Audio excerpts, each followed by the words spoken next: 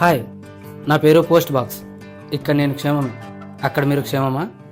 ఇది నాలో వేసి ఉత్తరాల్లోండే మొదట్లే. అప్పట్లో నేను ఎన్నో బాధలు, బాధ్యతలు, విశేషాలు మోసాను. అది కూడా ఒకప్పుడే. కొన్ని సంవత్సరాలుగా నన్ను ఎవరు పలకరించట్లేదని బాధపడే సమయంలో ఆశ్చర్యంగా ఇద్దరు నన్ను పలకరించారు. వారికి అది ఇప్పుడు మీకు చెప్పబోతున్నాను.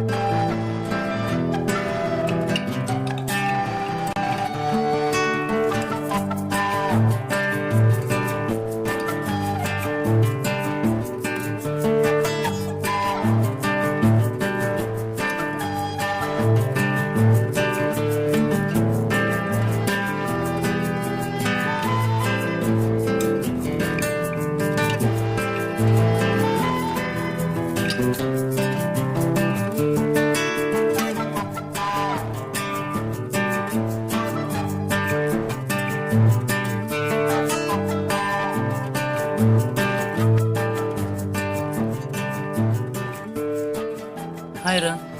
హాయ్. ఎరా నాకేనా ఫోన్లో ఈమెయిల్స్ వదిలేసి ఈ కాలంలో కూడా ఉత్తరాలు ఏంట్రా?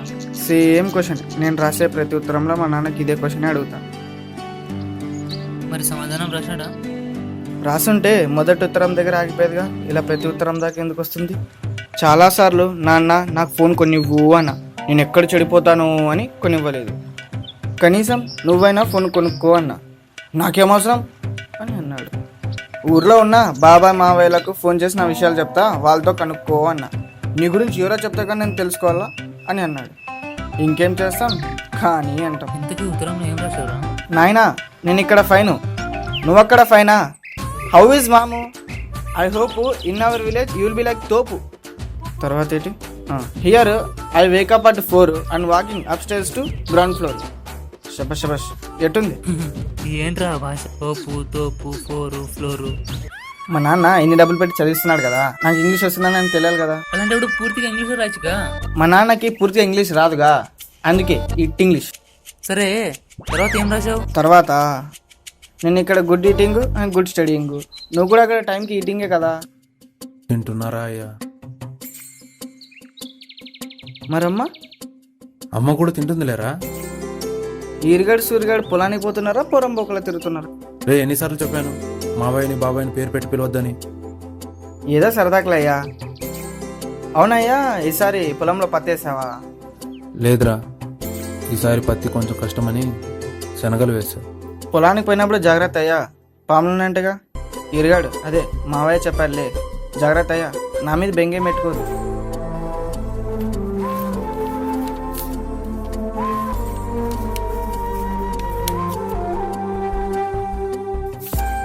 సరేరా, నువ్వు నా గురించి ఆలోచించు మాకు.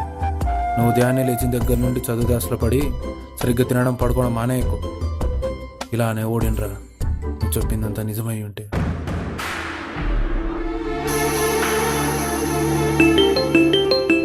ఛా, చేసిందంతా చేసి ఇప్పుడు బుజ్జగించడానికి కాల్ చేస్తారా?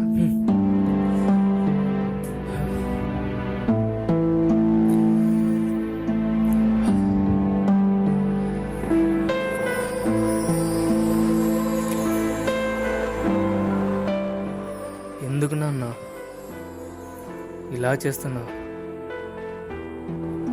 ఎందుకు నాన్న ఇలా చేస్తున్నావు? తిరగడానికి కారుతో సరిపోదు నాన్న, స్వేచ్ఛ కూడా ఇవ్వాలి. మన బీరువా తలుపులు కాపలా ఉండేవాళ్ళు నాకు తెలియకుండా నా పనులు కూడా కాపలు ఉంటున్నారు. నేను చేసే ప్రతి పనిని తెలుసుకోవడం, అది మీకు చెప్పడం. ఎందుకు నాన్న ఇదంతా? నీకు చెప్పిన అర్థం కాదులేరా. అర్థం కాదు నాన్న, అర్థమే లేదు. కొడుకు ఎక్కడికి వెళ్తున్నాడు, ఏం మాట్లాడుతున్నాడు, ఏం చేస్తున్నాడు, ఏం తింటున్నాడు అని తెలుసుకోవడం గొప్ప అనిపించుకున్నాను. గొప్ప అనిపించుకోను. ముందు వాళ్ళు నాకు నా దగ్గరున్న డబ్బుకు మాత్రమే కాపలా అనుకున్నాను. ఆ తర్వాత అర్థమైంది ఆ కాపలా మీ అనుమానం అని. అవును, అనుమానిస్తున్నాను. నిన్ను కాదు, నీ చుట్టూ ఉన్న ఈ ప్రపంచాన్ని. వాళ్ళు నీ లక్షలకు కాపలా కాదు, నీ లక్షణాలకు కాపలా. ప్రపంచంలో నిజాయితీగా చెప్పేది ఒక అబద్ధం మాత్రమే. ఇక్కడ నువ్వు ఆ అబద్ధానికి అలవాటు పడతావేమోనని నా భయం. ఎందుకంటే ఏదైనా ముందు వినోదానికి మొదలై వ్యసనంగా మారి విషాదంగా ముగుస్తుంది. అలా జరగరానిది ఏదైనా జరిగితే ఈ గుండెకి తట్టుకునే శక్తి వయసుతో పాటే వెళ్ళిపోయింది. అలాంటిది జరగకూడదనే ఈ ముందు జాగ్రత్త.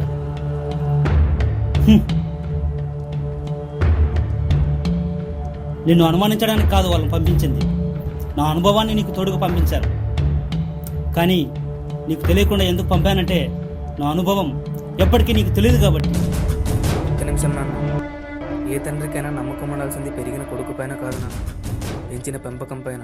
ఈ చిన్న విషయాన్ని మీ అనుభవానికి చెప్పండి చాలు.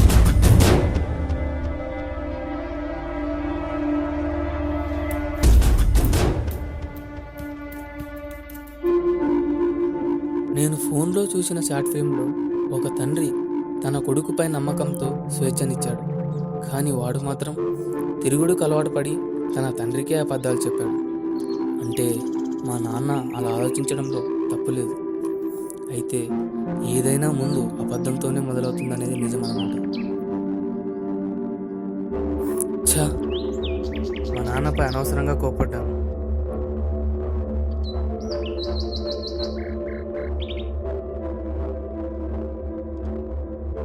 ఏరా, భోజనానికి రాలేదు? అమ్మా నీకు ఇష్టమైన బంగాళదుంప వేపుడు చేసింది, వెళ్ళి తిను.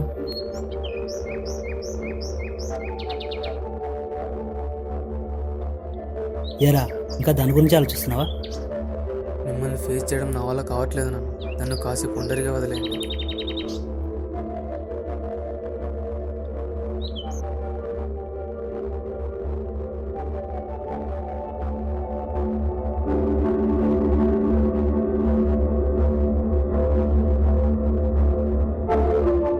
దేవుడు నన్ను అర్థం చేసుకోవట్లేదే.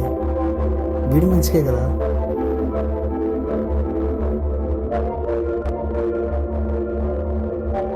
ఏం చేస్తున్నాడు? నేను చెప్పింది అబద్ధమని నేను కదా తెలిసింది. నువ్వు రాసిన ఉత్తరం ఈసారి రాకుండా ముందే వచ్చింటే ఆనందపడి ఓడిండ్రా అయ్యా, ఆనందపడి ఓడి. మీ అయ్యా నీకు 4 మాటలు చెప్పాలనుకున్నాడు రా. నువ్వు వింటావని కాదు, వినిపించుకుంటావని. ఈ కాలం మనుషులు మిషన్లా పనిచేస్తూ మిషన్లను మనుషుల్లో పనిచేయించాలని తనకలాడుతున్నారు. నువ్వు కూడా వాళ్ళతో పాటు పరిగెత్తు అని నేను అన్నాను. పరిగెత్తు అంతే. అది దేని వెనుక అనేది నీ ఇష్టం. నువ్వు కష్టపడి చదివి ఆస్తులు వెనుక ఎక్కర్లేదురా అయ్యా. ఎందుకంటే ఎంత కూడబెట్టినా కడుపుకు పట్టేంత కూడు మాత్రమే తినగలం. కాలు చాపుకున్నంత స్థలాన్ని మాత్రమే ఆక్రమించగలం. నువ్వు నాకు బాధతో కాదురా, బలం రా అయ్యా, బలం. అలాంటి నా బలం భయంతో పద్దాన్ని ధైర్యంగా తోడు తెచ్చుకొని నిజాన్ని దాచాల్సిన అవసరం లేదురా అయ్యా, లేదు. ఎందుకంటే నా కొడుకు ప్రపంచగాన్ని నేర్చుకుంటున్నాడని అనుకుంటా. అబద్ధం అవతల వాళ్ళకి చెప్తే ప్రయోజనం, ఆయన వాళ్ళకి చెప్తే ప్రమాదం. నీకు నువ్వు వేసుకునే వేషం, నీకు నువ్వు చేసుకునే మోసం, దాని జైలుకు మాత్రం పోమాకురా అయ్యా, పోమాకు. అసలు నీకు చెప్పడం మర్చిపోయా. నువ్వు ఎప్పుడు అడిగే ప్రశ్నకి ఈరోజు సమాధానం రాస్తున్నావు. నీకు ఫోన్ ఎందుకు కొనివ్వలేదంటే నీతో ఉండే 10వ 25 దాని తిండికి పెట్టాల్సి వస్తుందని. నేనెందుకు కొనలేదు అంటే పదే నువ్వు గుర్తొచ్చి నీతో మాట్లాడాలనిపిస్తూ ఉంటుంది. అప్పుడు నీకు మాటికి ఫోన్ చేసేందుకు ఇబ్బంది కావాలా అని. బాబాయ్ వాళ్ళకు చెప్పకురా అనేది వాళ్ళు ఎదుటివారి సమస్యను సరదాగా తీసుకుని బాధ్యత తెలియని మూర్ఖులు. అలాంటి వాళ్ళకి ఏం చెప్తాం రా అయ్యా. అయ్యాక అబద్ధం చెప్పానని బాధపడకురా. నువ్వు తప్పు చేయవు. ఎందుకంటే నా నమ్మకం నీ మీద కాదు, నా పెంపకం మీదరా అయ్యా. పెంచిన పెంపకం పైన నా పెంపకం మీదరా అయ్యా. అవును కదా, నా రక్తాన్ని నేను అనుమానించడం ఏంటి?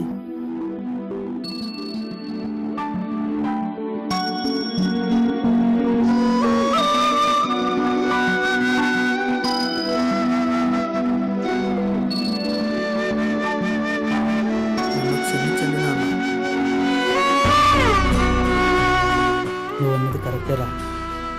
నమ్మకం ఉండాల్సింది పెంపకం పైన.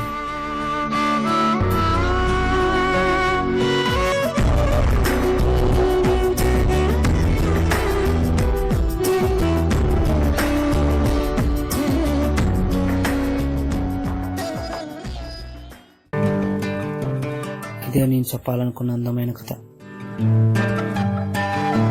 నాన్న, షార్ట్ ఫిల్మ్ బాగుంది కదా.